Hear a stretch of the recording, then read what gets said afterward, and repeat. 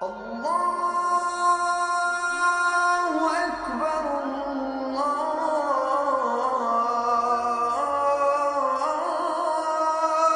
أكبر. أعوذ بالله السميع العليم من الشيطان الرجيم. بسم الله الرحمن الرحيم. السلام عليكم ورحمة الله وبركاته.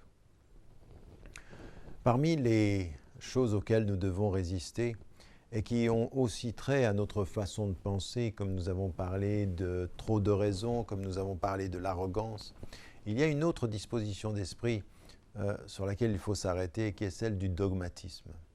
Le dogmatisme, ce n'est pas exactement l'arrogance. L'arrogance, c'est cette idée d'avoir la vérité et de l'imposer, de ne pas avoir de besoin.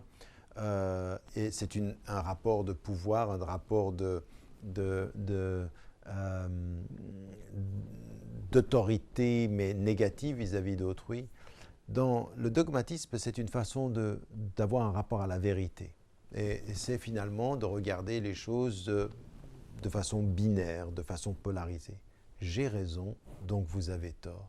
Et ça ne se discute pas. Le dogmatisme, c'est de se placer du côté de la raison et de la vérité, et de placer tout le reste, tous les autres êtres humains, du côté de l'erreur. C'est de regarder les choses de façon binaire, de ne pas avoir accès à la complexité des choses, aux nuances des choses, et puis d'imposer de cette façon-là sa propre vérité ou sa perception de la vérité. Donc là, en l'occurrence, il y a quelque chose qui est particulièrement négatif. Et puis, avec cette attitude, j'ai la vérité, donc vous êtes dans l'erreur, je vois les choses sous deux angles, va avoir comme conclusion un jugement vis-à-vis d'autrui. Ce que on peut avoir, par exemple, dans la tradition musulmane avec certaines sœurs et certains frères qui regardent autrui, et puisque l'islam est la vérité, ils ont tous tort, et s'ils ont tous tort, il n'y a même pas besoin de discuter, il n'y a rien à attendre de ceux qui ont tort. Ce dogmatisme-là, cette perception-là, elle est présente dans la pensée religieuse, mais elle est présente aussi chez les rationalistes, elle est présente chez des athées, elle est partout présente, cette attitude du dogmatisme, cette attitude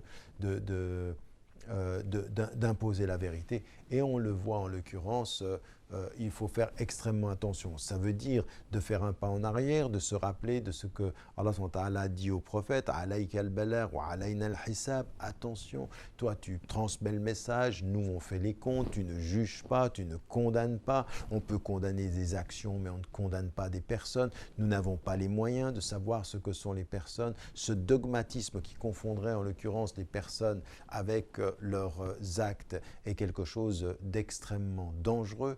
Donc vous voyez bien le dogmatisme, cette pensée qui regarde les choses que sur deux angles, elle peut avoir des conséquences dramatiques. Le premier, c'est de se penser dans la vérité et tous les autres dans l'erreur. Ensuite, de juger. Puis il n'y a pas de compassion. À partir d'un certain moment, le dogmatique, il n'a pas de compassion. C'est la règle qui dit sa vérité et non pas le cœur qui dit l'accueil qui doit être. Et là aussi, on a dans notre tradition musulmane quelque chose qui est fondamentalement à l'opposé de ce dogmatisme-là.